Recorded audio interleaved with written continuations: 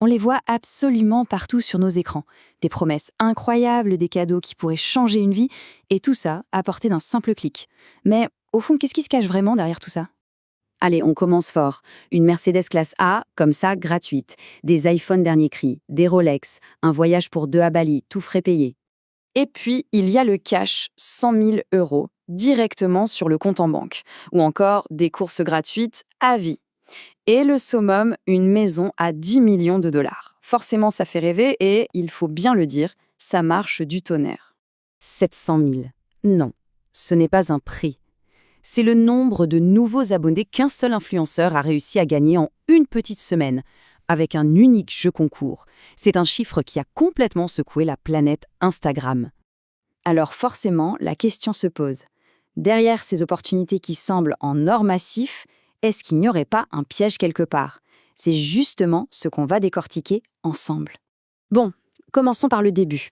Le premier niveau, ce sont ces concours qui ont l'air tout à fait légaux, mais qui cachent en fait des petites conditions, des conditions qui changent absolument tout. Prenons un cas d'école, celui de l'influenceuse Roxy Jakenko. En 2023, elle a lancé un concours avec un prix complètement fou. Mais pour avoir une chance de participer, il y avait une condition, et pas des moindres. Alors, accrochez-vous bien. Non seulement il fallait avoir la chance d'être tiré au sort parmi plus de 7000 personnes, mais ce n'est pas tout. L'heureux élu devait ensuite piocher les 2 seules bonnes enveloppes sur un total de 250. Pour donner une idée, c'est plus simple de se faire frapper par la foudre. Les chances de gagner étaient, en réalité, quasi nulles. Et face aux critiques qui commençaient à pleuvoir, sa défense a été de dire « oui, mais c'est toujours mieux que de gagner au Powerball », qui est une loterie américaine connue pour être quasiment impossible à gagner. C'est une façon assez habile, il faut le reconnaître, de faire passer des probabilités minuscules pour quelque chose de presque raisonnable. Mais le vrai problème, le truc qui a tout fait capoter, c'était une clause secrète. Une clause qui n'apparaissait nulle part dans le règlement visible par le public. Elle disait, en gros, que les prix ne seraient donnés que si le concours rapportait plus de 11,5 millions de dollars. Un objectif totalement irréaliste. L'affaire a fini au tribunal et Roxy a dû rembourser elle-même les 7000 participants. Ok, maintenant on passe à un autre niveau. Là où les règles ne sont pas seulement floues, mais où elles changent carrément en plein milieu du jeu, pour servir bien sûr les intérêts de celui qui organise. Et pour ça, on va parler de Nasdaq.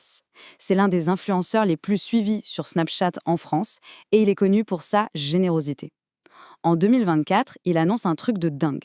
Il veut offrir 100 000 euros. Et au départ, la règle du jeu a l'air super simple. Au début, c'est clair, premier arrivé, premier servi. Sauf que, très vite, le discours change. On commence à entendre que pour avoir une vraie chance, ce serait beaucoup plus instantané avec un compte chez la banque partenaire Limone. Le hic ? Le compte de base, qui coûte déjà 12 euros à ouvrir, ne permet pas de faire de virement. Il faut donc passer à l'offre supérieure, qui coûte 26 euros de plus. On imagine bien le sentiment de s'être fait avoir chez les participants. Et comme le souligne cet expert, cette pratique est complètement malhonnête. Les règles d'un jeu concours doivent être gravées dans le marbre avant même son lancement. L'idée de booster ses chances, c'est souvent une formule vide, une carotte pour pousser les gens à faire des actions en plus, sans aucune garantie derrière. C'est du pipeau. Attention, là on monte encore d'un cran. On quitte le terrain de l'éthique un peu douteuse pour entrer de plein pied dans la criminalité pure et simple. Là où les jeux concours ne sont plus qu'une façade pour des arnaques qui peuvent être dévastatrices. Et les conséquences, elles peuvent être totalement surréalistes. Ce témoignage fait vraiment froid dans le dos. Une victime qui découvre qu'elle est mariée à un inconnu, juste après avoir participé à un concours en ligne. Une simple participation peut vraiment faire basculer une vie. La technique la plus répandue, c'est le fameux phishing ou hameçonnage. Des réseaux criminels très bien organisés repèrent un vrai concours qui cartonne. Ils créent alors des dizaines de faux comptes qui ressemblent comme 2 gouttes d'eau à celui de l'organisateur. Ensuite, ils contactent les participants en leur disant « Bravo, vous avez gagné », puis leur demandent de cliquer sur un lien pour payer de soi-disant frais de livraison. Et là, les conséquences sont dramatiques. Des comptes en banque siphonnés, des données personnelles revendues au marché noir, des crédits à la consommation qui peuvent monter jusqu'à 140 000 euros souscrits au nom des victimes, et même des gens qui se retrouvent avec un casier judiciaire pour des crimes qu'ils n'ont jamais commis. Et avec l'intelligence artificielle, c'est encore pire. Les arnaqueurs créent de fausses vidéos d'influenceurs ultra réalistes pour rendre leur piège encore plus crédible. Bon, face à ce tableau un peu sombre, la question c'est comment on se protège?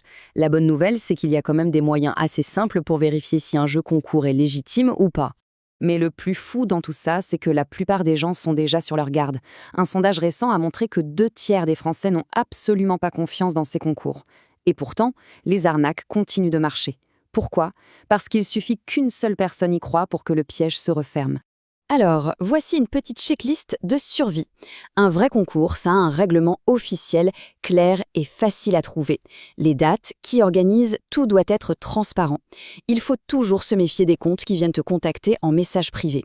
Et la règle d'or, le truc à ne jamais oublier. Si on demande de payer pour recevoir un prix, même 1 centime, c'est une arnaque. Point final.